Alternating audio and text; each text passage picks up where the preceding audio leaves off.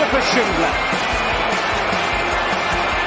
has a chance to write his name in Huddersfield Town legend. And he takes that chance!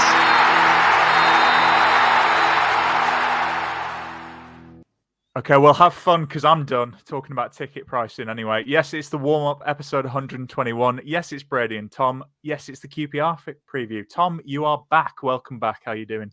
I'm back. I'm not bad, Brady. It's always good to be back in your company.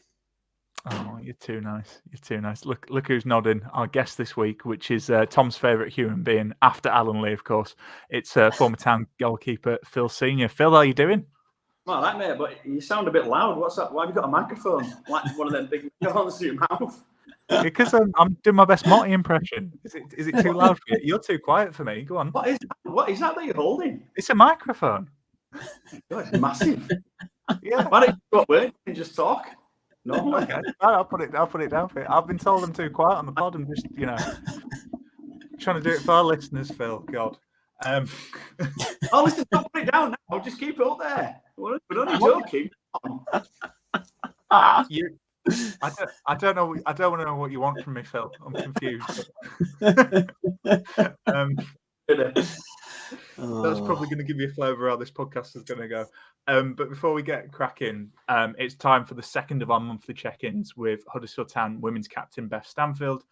Beth's actually out injured at the moment, but she took the time to send us an update on the team and how they're getting on so far. And here it is. Hiya.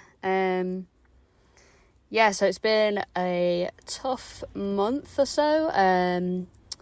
Obviously, we've had some big losses. Most of those games, though, we come off the pitch feeling like they probably don't deserve to be that big of a scoreline, but obviously it doesn't look great. When you kind of look at those results, losing 4-0, kind of every game really. So yeah, it's been tough. It's been hard for me personally as well because I've been injured for the last just over 4 weeks, so it's been really hard having to watch from the sidelines and kind of refresh Twitter every Sunday if I'm not there watching, knowing that I can't do anything to help or have an impact or anything. So yeah, it's been hard. It's a tough period that we're going through with a few injuries to players and those big scorelines, like I said. So obviously we started with the West Brom away game. We played at the Hawthorn, so that was a cool experience, but it's a shame that the performance from us didn't kind of match up to that occasion. It just was a great performance, to be honest, from us that day. Just a bit lacklustre, and I think West Brom deserved to win that game, to be honest. Then we had the cup game against Stourbridge, and we won that 2-0. That was away. So that was quite a good victory. Obviously, they're in our league as well, so that kind of gives us a good idea of them as well for when we face them in the league. And then we had a tough week with Wolves on Sunday away. That's always a tough game because Wolves are a very, very good team. And I wasn't there at that game, but obviously I was watching it on Twitter, refreshing Twitter and things. And I think we were 4-0 down at half-time, and 1-0 down after about a minute or so. So we gave ourselves a mountain to climb after that. And obviously, against a team like Wolves, you're going to struggle to put 4 past them, to be honest, to get anything out of that game. But there was a kind of a formation change, a change of shape at half-time, and we drew the second half 0-0. So, we can show that we can match those teams, but obviously we gave ourselves a mountain to climb, like I said, being 4-0 down at half-time. Then we should have had Forest midweek, but there was an issue with the floodlights. I got to the game about 25 to 8 and the lights were on, and then about 5 minutes later someone came into the dressing room and said they've gone off. So yeah, they couldn't get them fixed in time, so that game's had to be postponed, which was frustrating for everyone involved. And then again this weekend gone, we had Derby. Again, the scoreline looks bad, but we actually weren't that bad, I think. Especially, we're only 1-0 down at half time, and we had a massive chance in the first half to go 1-0 up. So I think it's just those kind of it's those fine margins, those kind of final decisions that we need to be better at. But obviously, in the second half, they scored quite early on, and that just kind of took the momentum out of everyone, really. It was a bit of a... just kind of knocked the wind out of everyone, and it was really hard to get people going again. And then they scored quite quickly after that second goal as well. But yeah, so yeah, it's been quite a tough month, but the games don't get any easier. We've got Newcastle this weekend, which again is going to be a really hard game, but we've just got to try and be a bit more resolute, a bit harder to beat, a bit more determined, I think. And you never know, we always say in this league anyone can beat anyone, so I think we just need to start believing that a bit as well. So yeah, big game on Sunday. Get down if you can, but yeah, should be a good one. Cheers. Okay. So we've heard from Beth, and I've composed myself after Phil threw me off right at the start there. Let's start talking about this game, shall we? So Town are back at home 2 weeks after that 0-0 draw against bottom of the table Sheffield Wednesday. Let's not really talk about that. But they are playing a side that's also at the wrong end of the table. It's QPR. They haven't won since the 2nd of September. That was actually a surprise 2-0 victory away at Middlesbrough. But since then, it's been 4 losses and 2 draws. Phil, coming to you first. It's your first appearance of the season. We'll get straight into it then. I'll talk to you a little bit about the game. But how have you rated Darren Moore's start to life as Huddersfield Town boss? Like a lot of people, obviously there was a lot of positive talk prior to him coming in from Sheffield Wednesday fans, etc. And what a nice guy he is, kind of thing. And I was just hoping he was going to come in and take over the reins as Neil Warnock had finished. I think he's probably a good man manager, I would have thought. Getting players on his side, etc., and wanting to do the right things. But the game against Sheffield Wednesday just wasn't what I expected. Really, it was a funny one. The home game was fine, etc. The game away from home down in Birmingham and all that, it's one of those things. But we were so negative. We were just so negative. I came away from that game, and sometimes you'd look at a couple of the players and you think maybe they could have done a bit more. I literally have no idea what those players could have done different, because it was such a negative way to play, and there was a lack of width. We were hoping that there'd be a couple of long balls and we'd feed off a little bit up top, but a couple of the players up top looked lost, and it didn't really suit us. So it's only early days, and what really bugs me is that we come online and we vent and we complain about this and that, but we've got to give him some time, haven't we? He had a fantastic time last year with Sheffield Wednesday, and I'm sure it wasn't all just doom and gloom. There'll have been some good performances. So I think it's to be seen. I think this might be a little bit of an indicator at QPR at home, just to see how we respond and whether he does change the formation and be a bit more kind of exciting in attack, because there was no excitement at all at Sheffield Wednesday. And they were absolutely terrible. And we were just slightly better. They were absolutely terrible. And like I say, it wasn't a great game, was it? No, it really wasn't. I mean, do you think it's put a lot of pressure on Darren Moore, given, obviously we Town fans know what's happened with Neil and stuff, but do you think he's kind of coming into it and he's, it's a difficult start, isn't it? Because you're replacing the man who everyone loved, really. I agree. It's tough boots to fill, isn't it? Obviously, he saved us and kept us up, and then everybody wanted him back, and he started off okay again. He's always going to get results. I think the bigger picture with Neil Warnock is a little bit different, how he responds to maybe people within the club or his own players, etc. But I couldn't believe after the game Sheffield Wednesday that obviously he came over and he was booed by our fans. And it was really, and I was stood next to my mate who I went to, and he started booing, and I looked, I was like, "What are you doing?"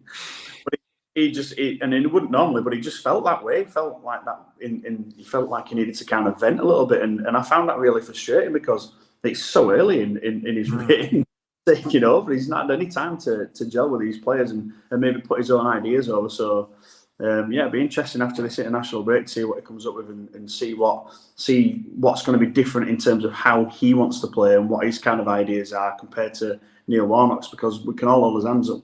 It was working with Neil Warnock with the players we've got. So, that's the acid test is, will it work for him as well? No, it's a really good point. And Tom, obviously, Phil touched on the international break. We've had a little bit of time, probably needed given the results and stuff. How are you feeling heading into this one? Do you feel like the break has been good for fans and the players, really? Yeah, I'm looking forward to Saturday. I think it's only really Utah, wasn't it, who you'd class as a first team player who was away.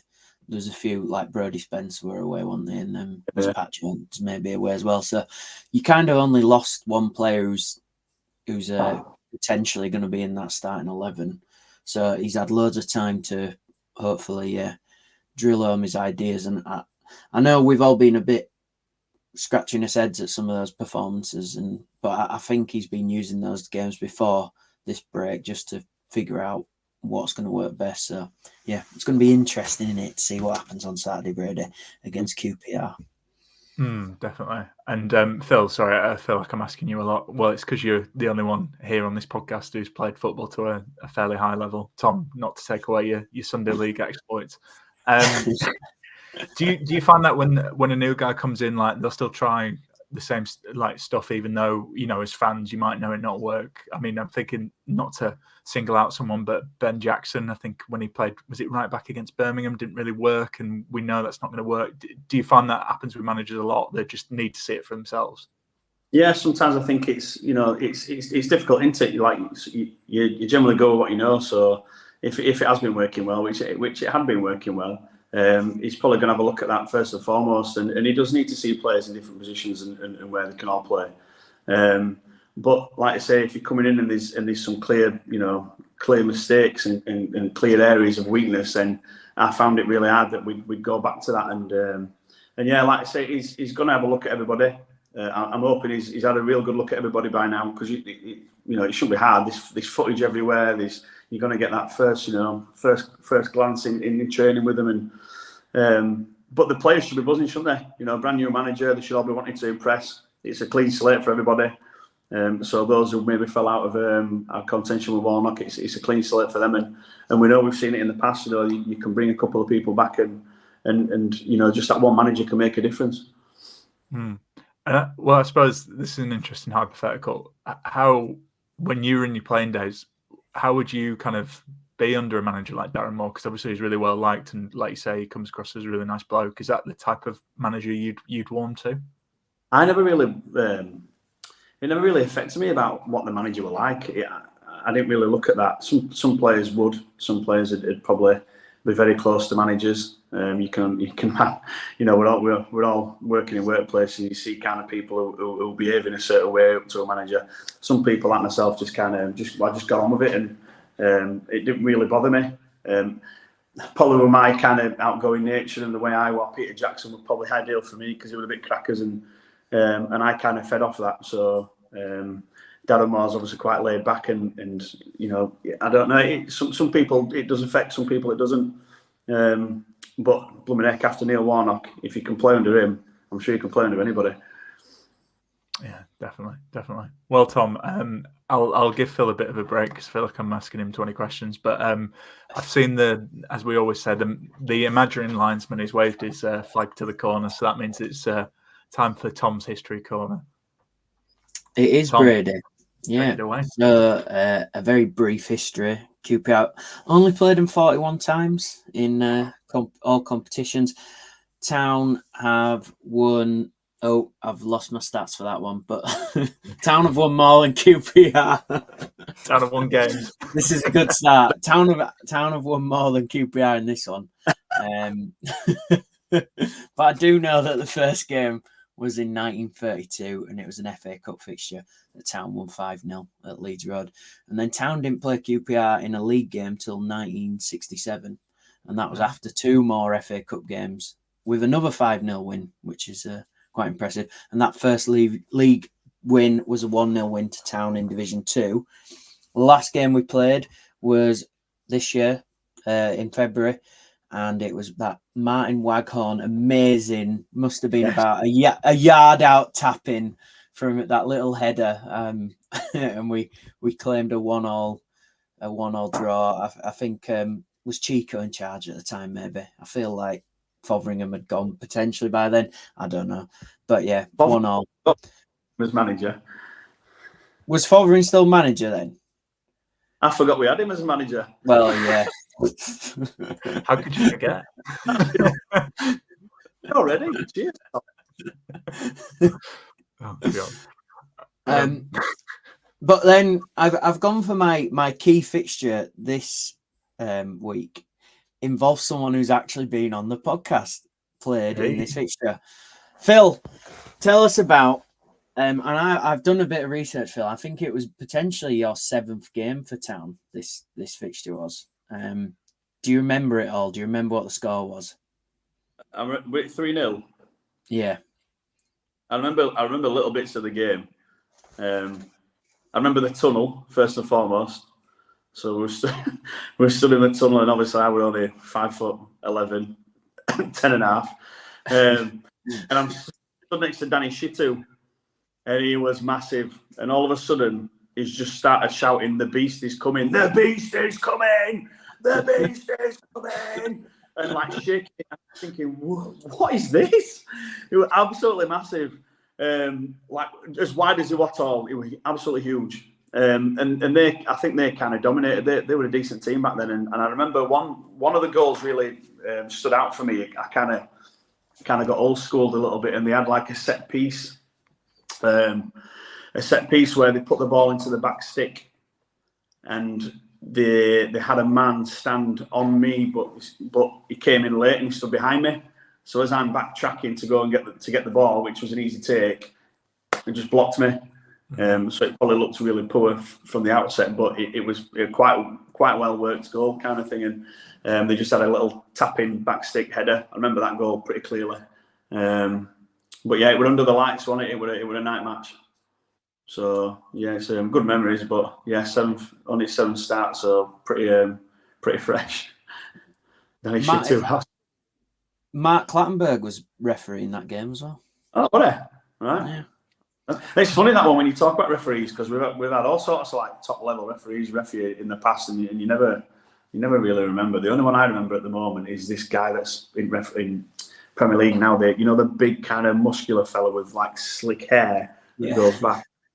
He's an absolute clown. He is, and he used to rock up with tight tops and shaved head. Oh, what a pain in the backside he is.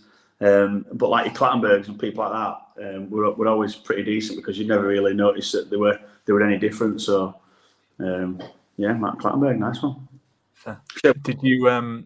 Were you not tempted to adopt the old the beast is coming, try and psych people out? Can you imagine that? So when we played Brentford away from home, and I was in the tunnel, I think that was one of my early games, and they just shouted, "Look at the size of that keeper! Put it on him! Put it on him!" I'm not exactly intimidating anyone, am I? Yeah, it didn't quite work, but he were a tank, and he was a good player. From memory, I remember him being a pretty good player, to be honest. So they must have had a pretty decent team.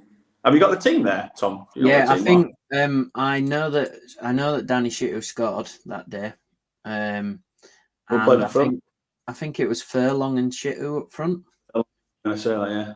Paul Furlong got 2 that day. And Kevin Gallen, actually, who, and linking nicely, also played for Town.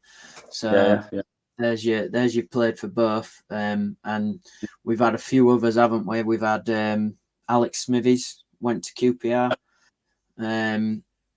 Who else we had? I thought of Oscar Goben, I think, played for QPR in Town. And then also another link going back to earlier to that 5-0 win, the first ever win. Dave Magnell, who scored a hat-trick for Town that day, I think, back in 1932, went on to be QPR player manager. And I can confirm Town have won 16 games. There's been 11 draws, and Town have lost 14. So it's quite evenly balanced. There you go. History corner back with a bang, I say. So let's talk about the future, which is this game on Saturday. Phil, again, going to ask you a lot of questions here. What's it like to play a team? Because obviously QPR are in really bad form. Do you approach it differently, or are you a little bit more concerned? Because fans can be pessimistic and be like, "Oh, they're going to put together a result sometime," or do you not change at all? No, I think you're looking at your individual plan for yourself. I know it's a bit more detailed now, back from when we were playing, but we used to get a sheet in terms of like all the info from specific players that can influence the game for you, and I would literally look at the two strikers, any attacking centre midfielders, and two wingers, and for me that's just my focus. So it don't matter where the teams are in the league. There's always a threat somewhere, and I think the players will look at it in that sense. What I do think is that they'll probably realise there's a little bit, I wouldn't say less pressure, but more freedom to go and express yourselves when being at home. Maybe QPR might sit in a little bit, so they'll get a little bit of feedback from that. So it all depends on what you're facing, what the plan is from Darren Moore, and like I say, what your kind of role is within the team. So I don't think it should just matter too much about where the teams are in the league, because like I say, you could be one of the lowest teams, but you could have a Jordan Rhodes who can poach a goal wherever, and it's one of those things. No, really good point. I mean, Tom, as a fan, does QPR's poor start to the season, do you think that puts more pressure on Town to get a result? Obviously, Darren Moore's still not got a win as Town boss yet. Possibly. I mean, I feel like there's quite a bit of pressure that went into that Sheffield Wednesday game. There was a lot of expectation that Town were going to win that game. I think the disappointment. I mean, I'd have probably have accepted a 0-0 draw if Town had created quite a few chances. Do you know what I mean? I think that was the more disappointing thing about that game. Was so dead. It was just a crap game, wasn't it? So I mean, I still look at that QPR team, Brady, though, and there's still players in it that you think do a job. So you're kind of pointing finger at Ainsworth in the sense that is he not that good, really? Is he? I mean, is he a bit like Eddie? Well, I know Eddie Howe's gone on to Newcastle and doing really well, but I remember when Eddie Howe went to Burnley, everyone said, "Can he only do it at Bournemouth?" kind of thing. And maybe Ainsworth is a bit like that with Wickham potentially, and it's a big ask for him. It's a much bigger club kind of thing, and I don't know. But you've still got Chair there, haven't you? Begovic in net. Kenneth Powell doing bits, but they're just not gelling. I mean, touch wood, he's going to be in the dugout still on Saturday, but we seem to be the team that every team sacks their manager the week before, don't we? Yeah, we do. I mean, we're a big fan of Elias Chair, aren't we, Tom? I remember it feels like a long time ago, but when we were in the playoff final, and we were talking about, he'd be a good player to have if we get promoted. But let's not bum everyone out. But something that might get Town fans feeling a bit more positive is hearing from the QPR fan. Not that we like to hear how bad opposition fans are doing, because we've all been there as Town fans, but it is time for the fan phone in. Tom, who did you speak to this week? Yeah, I spoke to Alex, and we had a chat about kind of what's going wrong at QPR at the moment. Well, the end of last season was absolutely shocking, really. After a complete capitulation halfway through the year, with Beale leaving and then Critchley taking over and him not doing that great of a job either. Ainsworth, to his credit, did what he needed to do, and it wasn't pretty in keeping us up. And, mainly kept us up on the away form. One win at home, and that one win has been our loss against Watford, which it was such a long time ago, I can't quite remember the date, but we haven't won at home this season, which is pretty depressing for all of us that do go to games quite often. So yeah, I mean, it was a means to an end, and I know a lot of people last season would have been happy to see him disappear at the end of last season, but with the contract that he was given, that was never going to be the case. And we've come to the situation that we find ourselves in now, where we're in a relegation battle again, and it looks desperately bleak. With absolute, I'd say I don't want to say no chance, but it's starting to feel like that. So you can't imagine that this has got to carry on much longer. At the start of the season, didn't quite know what to expect, really. There was going to be massive player turnover, and it was always sort of dependent on the quality of players that we brought in, or that's where I felt at the time. And let's be frank, I think we've had a pretty decent window, and there's good players there. They're not performing though, and they're not getting, Ainsworth is not getting the best out of them at this point, regardless of the fact that, he's recruited them, he's brought them into the club, he's done whatever to convince them. They've obviously seen something there that they're, convinced that is actually worthwhile joining this club. You've got players like Jack Colback, Asmir Begovic, Steve Cook. They would have had offers from other clubs, but yet they find themselves here playing at QPR. And the last couple of games in particular, we've seen, I think Colback need to see more from him. Just seems to be a bit of downing tools in the most recent game against Blackburn. Begovic has been okay, but he's ageing goalkeeper, and Steve Cook now seems to be picking up injuries, which is probably quite predictable considering how much we've relied on him. So yeah, I think I always expected us to be bottom half of the table this season, and to be honest, I wasn't quite keen and wasn't sure about whether Ainsworth would be the right man to carry on, and for that reason I think his days are probably quite numbered. But it's just a matter of when. Obviously, it's not going to happen now. Too close to the next game. But I think a lot of fans would have liked to have seen him gone after that 4-0 defeat to Blackburn, and would have liked to have seen this international break as an opportunity to get someone new in and maybe see them have a go. Who that is, I've got no idea. But I know from now the atmosphere is only going to get worse unless results get better. He's got barely any credit in the bank from being an ex-player. The football's not overly pleasing to watch. The results aren't coming. And when that's the case, well, it only heads one way for a football manager. In regards to players that have played well, I mean, obviously everything goes through Elias Chair, and there is an over-reliance on him, and there's a tendency for him to try. Some people might say try too hard. I would say that he tries to do everything himself. It's a slightly different way of looking at it, in the sense that he needs to be more, I guess, trusting of the players around him. But also he needs to be more decisive in moments when he's worked his way quite well into the box or to the edge of the box. He needs to be putting a ball in there, finding Lyndon Dykes and Sinclair Armstrong, rather than holding on to the ball forever and then taking a shot himself. It's been quite disappointing to see the way he's played this season, and it just sort of adds to the frustration. In terms of someone who's actually played really well, you've got to look really at Paul Smith, Northern Ireland international, scored a fantastic goal at the international break. I know it was only against San Marino, but it was a fantastic finish all the same, and he's played really well this season, out of position as a wing-back, so obviously there's a slight defensive frailty there, which means I'm sure that's something that would have been noted by many opposition teams, including Huddersfield. But going forward, he's got pace, he's got energy, and he's determined to do some positive work in the attacking areas. It's just that with his wing-back role, it's rather limited in what he can get out of it, to be honest. And that has been a big problem for QPR fans over the last couple of weeks and days, is that he's one of the few players that are actually playing well, and we're not getting anything out of him, it feels.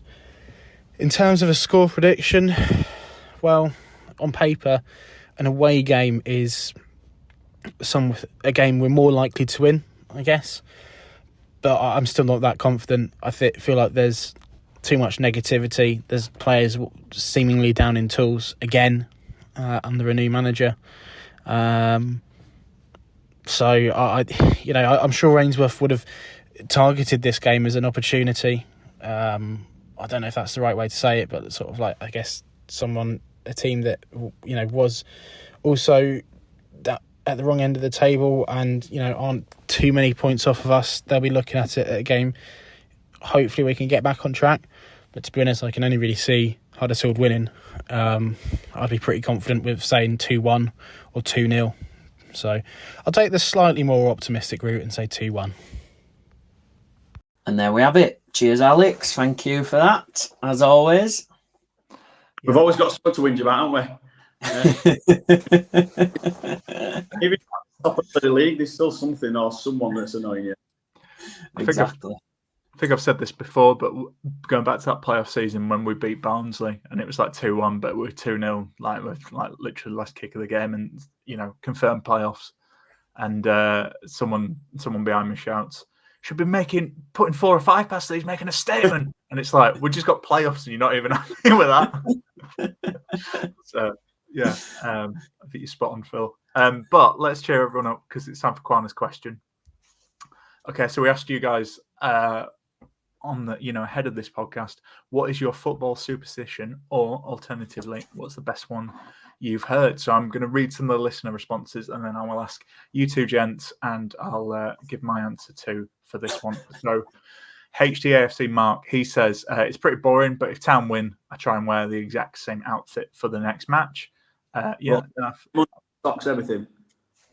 Well, he says exact same, so I'm taking his word for it. Normally it's Saturday. I know we've got midweek games. It's not that bad. It's not like 2 days in a row, Phil. Lee Morris says, well, Neil Warnock, he said he had one at Town where when we were on a winning run, he would stop at every traffic light on his way home, even if they were at green. And do what? Just stop. Stop. I don't know. Take his license away. Yeah. That's the real reason he got he stepped down and master season. He must have won. And Town Terrier says, I never wash my shirt after a win or draw. It washes good luck out. If I wear a different shirt and we lose, the lucky shirt still goes unwashed. The 43 unbeaten games saw 2 different shirts not being washed ever. Oh God. That's all I have to say to that. But no, thanks for still doing. Yeah, lads, do you guys have superstitions? Tom, I'll come to you and Phil, I might ask if you got one, or if any of your teammates have one. I've thought of a Town one. I never watched I never watched penalties. I never watched the Town penalties. All right. And so it all came from, I remember Cardiff. I just had one of those big like jester hats. I had my head in one of those for the whole time, and we won. And then it's kind of just stuck. I did watch the Schindler one go in though, because my mate made me watch it. He was like, "You've got to watch this." But so you do. The worst one, the worst one was the Sheffield United one. I went in the concourse. I was like in and out watching it. I don't know. I don't think it's a superstition. I just absolutely hate watching penalties. But I think only when Town take them. Not watching it. I think that'd be more nerve-wracking not being able to watch it. Mm. I don't know why. I feel like I have to watch it, and I don't have any control on where they're taking the penalty, but I feel like I have to have some control of my emotions. Yeah, I don't. I think it's like expecting the worst in it every time. I think I just think, right, I'm not watching. If I'm watching it, I'm gonna make us miss this one. Well, don't we all do that though? Stand there and watch it. He's gonna miss. And then when they miss, you go told them. Yeah. Yeah. And then from do you want me to mention what I do? Yeah. I don't eat before I play football, just in case I'm going to shit myself, basically. It's a family show, Tom. No. Oh, really? That's how he feels. He's got to express his feelings, hasn't he? Oh yeah. No, it's we do say this can be like therapy at times for getting new stuff out about Town. Who knew it'd be? Yeah, I don't have one for Town, but I do have one for England. Actually, at major tournaments, I always buy a new England shirt, and I wear it every time. And obviously, it's done quite. I started doing it in the 2018 World Cup, so there you go. We were just going to say quite well. Yeah, what Well, semi-final, final, quarter-final against France? It's pretty good. We haven't won it. No, but I'm just saying. That's been my thing. And what's your then for England? Semi-final every time. What? Every time I've worn it? No, every time we get to in a tournament, do you want them to get to semis every time? That's it. No, I'm just saying why are you having to go at me for my superstition? Like, no, this is just this is just something I've done, and it seems to have worked out all right. Oh, sorry, yeah, it's not Gareth Southgate and some players we've got. It's me buying a New England shirt every time. Yeah, no, I'm not. That's just an excuse, just so you can have a new shirt. Yeah, it is, but it works. Go on then, Phil. What's yours? I'll criticise yours. No, I don't really. I think I used to put my boots and socks and shinnies on at a certain order. That was it, I think. But I don't think they were never anything really. I used to have actually home games. I used to have chicken sandwich on the George Foreman, toast, chicken, mayo. That was it. So in the changing room, Phil? Do you have your own private George Foreman? Plugging it in. Hey, I'll tell you what though. Bloody Chelsea had one down there. They had a massive hot plate in changing room as soon as you walked in, cooking chicken and pasta and everything.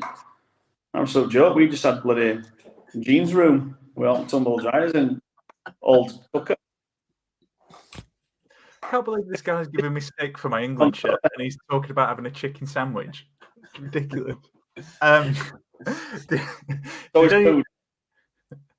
any of your teammates have any? Like anyone you played with who had something unusual? No, I can't really. They used to do that silly one where they run onto the pitch and touch grass or whatever and do all that. But they've seen that on TV, haven't they? Blatantly seen other players do it. So I think there were a few people where they had to put a certain sock on at a certain time or wore certain socks or under socks or whatever. And but I don't think there were anything. I don't think there were anything massive from any of them. But I bet there's some really random ones out there. Yeah, there is, but we're not a good enough podcast to have done the research for that. It's half time. Let's go to a break. But before we do, obviously a home game on Saturday. If you, like me, you'd nip down to the concourse, get yourself a beer. You can do that at the ground. But if you can't wait until then, why don't you order online at magicrockbrewing.com. Magic Rock, of course, sponsor our podcast, and you can get 10% off all your online orders with the code AHTTC10. If you're watching on YouTube, you'll see the little ticker at the bottom as well. And yeah, I didn't mess that up too badly, Tom. So let's go to the break and let's come back and talk about Huddersfield. Okay, right, let's talk about Town then.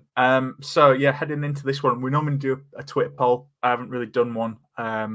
Was going to do one about ticket pricing, but to be honest, lads, I'm a bit fed up of talking about that. But if you do want to speak now or forever hold your peace. Either you want to say out about the ticket pricing? But for the Leeds away? Yep. Well, I think they've seen sense and it's like it should be. So I think all away fans should pay very little to go and watch their team play away because they've got travel to pay for. So it's absolute no-brainer. Yeah. That's not controversial and going to be good to clip. I want you to say something ridiculous, Phil. Well, Leeds are an absolute shambles out there. What a joke. You know what I mean? Yeah, but it's true though. Like, what a joke of a club. So, like, we've all got friends who are fans, and they come and they're saying, "Oh yeah, we'll change prices. It's us that changes it, not you guys." And so we've been doing it for years. We've been in Premier League, like charging fans next to nothing to come and watch, and you lot are still robbing people just as bad as Sheffield Wednesday. Absolute embarrassing to watch that crap as well. Do you know what I mean? Bloody skipping league. So they've seen sense, but it'd be interesting when we spoke about it before. It'd be interesting to see how they've seen sense and why they've seen sense. So whether it's communication from our club or what, but they know for the fact that our club would not charge them a lot of money to come watch the game if they did exactly the same, because we do that to other clubs. So what they'll do is they'll spin it and they'll turn around and say every time Leeds go to a ground, they always up the prices because they know we're going to sell out. You can't even sell your own ground out now, can you? Now you're in bloody Championship. Best fans in world. Absolutely rubbish. I love that. Initially, he was like, nah. And then he was like, right, I'm getting stuck in. Tom, you want to add to that? Want to fan those players anymore? Leeds fans, Phil's Twitter is @PhilGK. Listen, they can at me whenever they want. It's not a problem because I'm constantly trying to wind it all up anyway. It stops replying to me now. Constantly messaging him on Twitter and he won't even reply.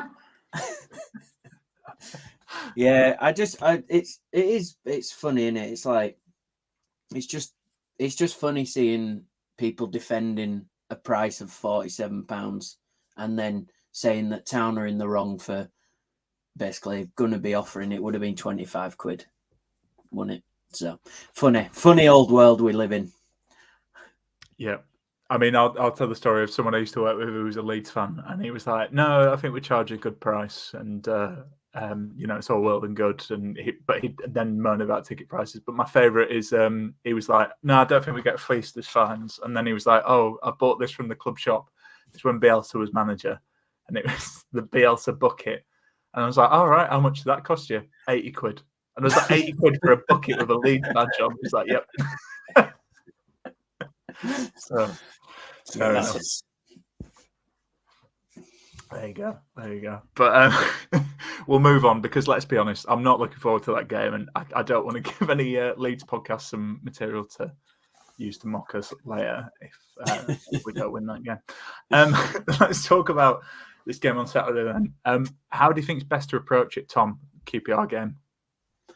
I don't know, Brady. I think the best we've played is the Ipswich at home. I feel like that kind of I feel like I've said this a few times on this podcast, but using the width and using Sober Thomas and Karoma, I think were really effective in the Ipswich game and then in the second half against Coventry. So I hope that, because it feels like we've played loads of different formations in the last four or five? 4 games. He's been in charge now. But yeah, it'll just be really good to see something that he's taken from those 4 games and thought, right, this is how we can beat teams. And I think set up to be direct, but be direct out wide. I feel like we've done really well in that front. So I'd like to see something like that, I think, Brady. Yeah, Phil, what do you want to see on Saturday? I've really enjoyed seeing us play 2 up front. I thought I'd never say this, but I really enjoy seeing it. I think Kieran's done really well. I think he's come on nicely. He's probably not got the goals that he should have done, but he's only a young lad still. Well, he's only young. He's early 20s, but just that first couple of goals will breed a load of confidence, and I think he's worked well with the fellow up front. So width is essential. We've got Cromer and Sorba who were on fire. Really, they're playing well, both of them. And then all of a sudden we bring him in now against Sheffield Wednesday and totally let go of everything against what we've been doing. So I think we've got to get them back out wide. How that sets up behind them, I'm not sure. Whether he goes to a 3, if he goes really attacking a 3, fall across the middle, etc. 2 up. I don't know. I don't know how he does it, but I think I just want to see some excitement. And that Ipswich game was brilliant. And first and foremost, because they pressed. And they turned, and we turned them. We put them in the channels. We spun them.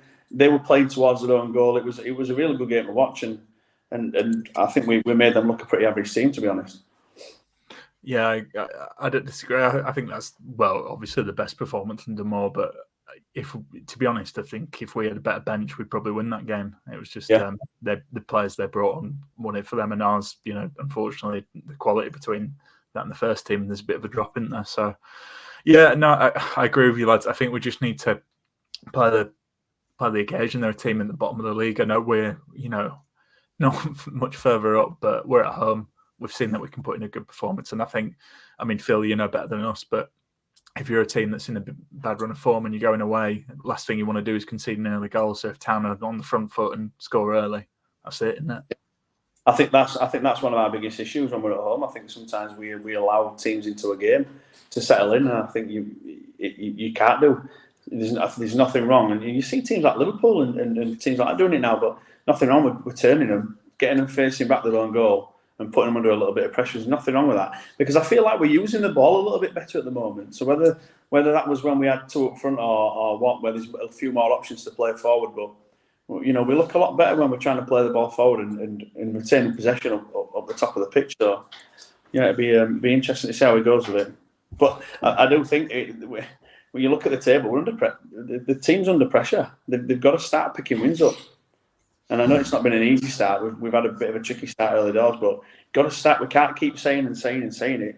3-4 games down the line now, we've picked up a couple of draws and a couple of losses.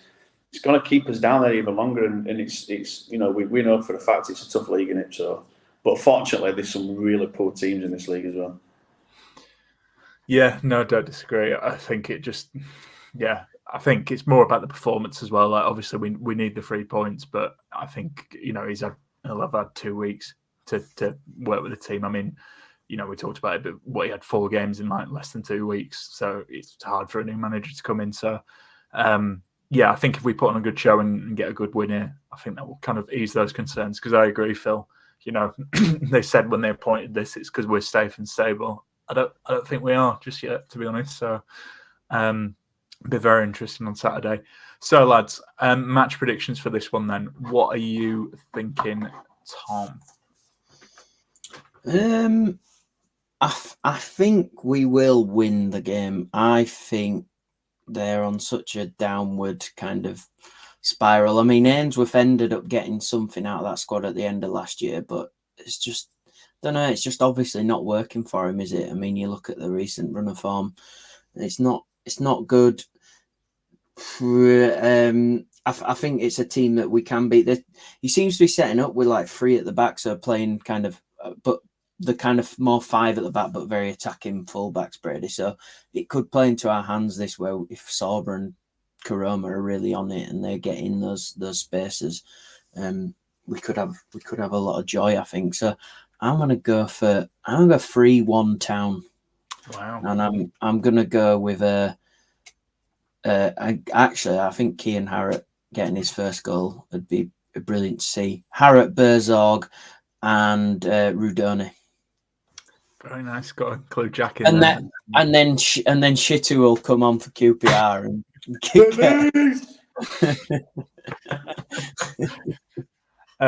Phil, what about yourself? What's your match prediction for this one? I've got a bit of a soft spot for Rudoni, has he? Oh, we both do. Yeah, we both do. Yeah. Well, he's coming on nice, isn't he? He looks a lot stronger. Yeah, I think he looks. Well, I'd be interested to get your take on him, Phil. I think he looks a lot more accomplished this season. Like, he seems to be a bit more confident. He looks like he's filled out a little bit. He's strong in the tackle, gets around the pitch well. I like him on the ball. I think he's very aware of his surroundings, etc. I think his as well as a lot of other players in the team, it's just that final ball, that final pass and decision making. I think we struggle with. We don't have that decisiveness going forward, kind of thing. I think 2-0, and I think Karoma 1. And I think Bergzorg, he makes me laugh. He's brilliant. I love him. I think he'll notch one as well. One of those where he cuts back and cuts back and cuts back and then cuts back and then cuts back again and then cuts back and bangs one in. Yeah, I like him. I still think, like, I've never seen that Ipswich game. Obviously, he scores that goal, and I've never seen a player get so giddy after scoring. Yeah. It was ridiculous. I like him. He cares, though, doesn't he? He cares. Yeah. I like him. He's a bit of raw talent. He's got some pace. He'll run those channels all day for you. But I think he really does suit having 2 up top. So yeah, 2-0. I think 2-0. I think it'll be a comfortable game. Oh, I hope you're right. I actually went for 2-0 as well for Town. I've got Bergzorg scoring. I just think he creates good opportunities for himself, and I've got Helic from a set piece, or corner. He's flying this year. Helic. He looks so good this year. Yeah, he's good, isn't he? I mean, like, I actually think weirdly our defence isn't that bad to say we're a team near the bottom of the table. I think it's quite solid. It's just a bit slower. He's doing the other things well though, Helic, at the moment. Like, up in the air, he's great, but he's reading the game. He's really come on. Interceptions and things. I think he's been fantastic this year. No, I agree. I also think, talking about the QPR side, you touched on it there, Tom, with Ainsworth.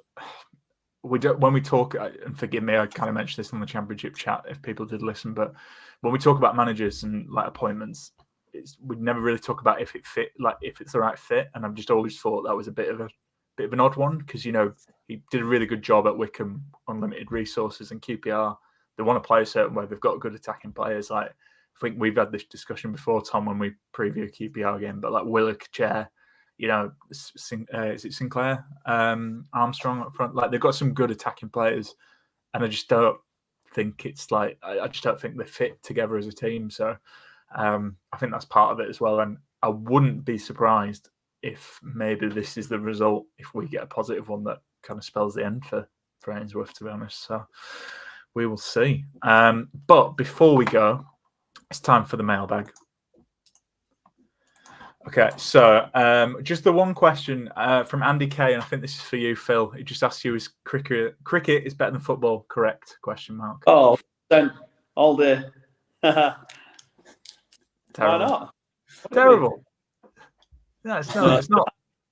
I'd rather sit and watch a cricket match with a few mates and stuff and have a couple of beers than sit and watch a town match. Reason being there's some crazy shouts from the stands.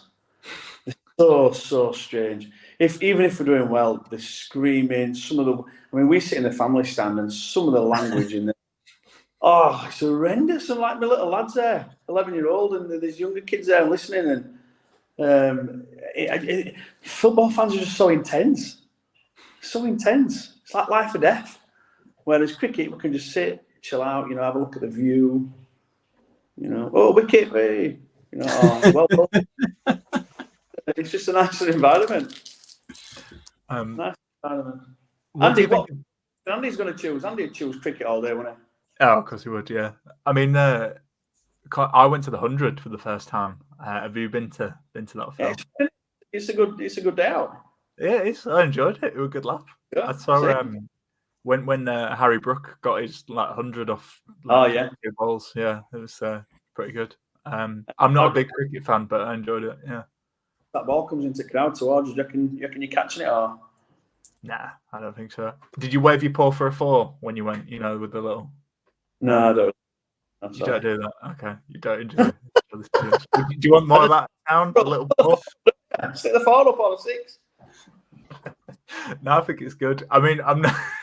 I was saying because I went with James and Joey, listeners will obviously know. I was saying, can you imagine Nagel trying to introduce this stuff at town, like the fire and stuff? I think you just have all the old boys going, it's bloody ridiculous. So yeah, maybe not. Going back to the football fans and stuff. Obviously, we were at Sheffield Wednesday, and my little lad he's wanting to go to more and more away games now. And he loves the kind of chants between both sets of fans, etc. And we took quite a few of our my mate and a couple of kids and stuff. And there's the old oh, you shit bastard, like that. And you turn to the left and kids are buzzing off it, shouting alt language and stuff. And I turn around to one of the kids and he says, and I looked at my little lad, and my little lad looked at me and said, "Can I say that?" And I went, "Mate, away day." I says, "We're on an away day. You can do what you want. It's not a problem." And the other lad turned around to me and went, "Can we swear?" I went, "Yeah." And he's just gone, "Yeah." He's the away fans. That just sums up football supporters, doesn't it? Turn around to away fans straight away and give them loads of verbals. What is all that about? Oh, I love that. I feel big Dan energy there. Love it. Also on this, because I know a podcast, but I had it confirmed because I went to Wimbledon. In the South, they don't go, "You shit bastard," they go, "You bastard." It's just no. Yeah. Well, they used to shout "fat" to me, but then I was like, "Hey, wind me up." Go with a beer belly 5 times the size. Yeah. Best one I got were Swindon away, and they started going, "Aye ho." That was brilliant. I love that one. Oh, class. Did you do a Ramsdale and turn around and laugh? Or give it? Oh no, that game we won 1-0, and Martin Smith scored really late on. I remember because I got loads of stick from them, and I just remember, and I mean loads. They threw Skittles at me and all sorts. And I just remember right at the end going and picking my water bottle up and just running halfway down the home end with a couple of fingers up to all of them, and they were they were trying to get over. Stewards were but yeah, there's some good ones, some absolutely brilliant ones.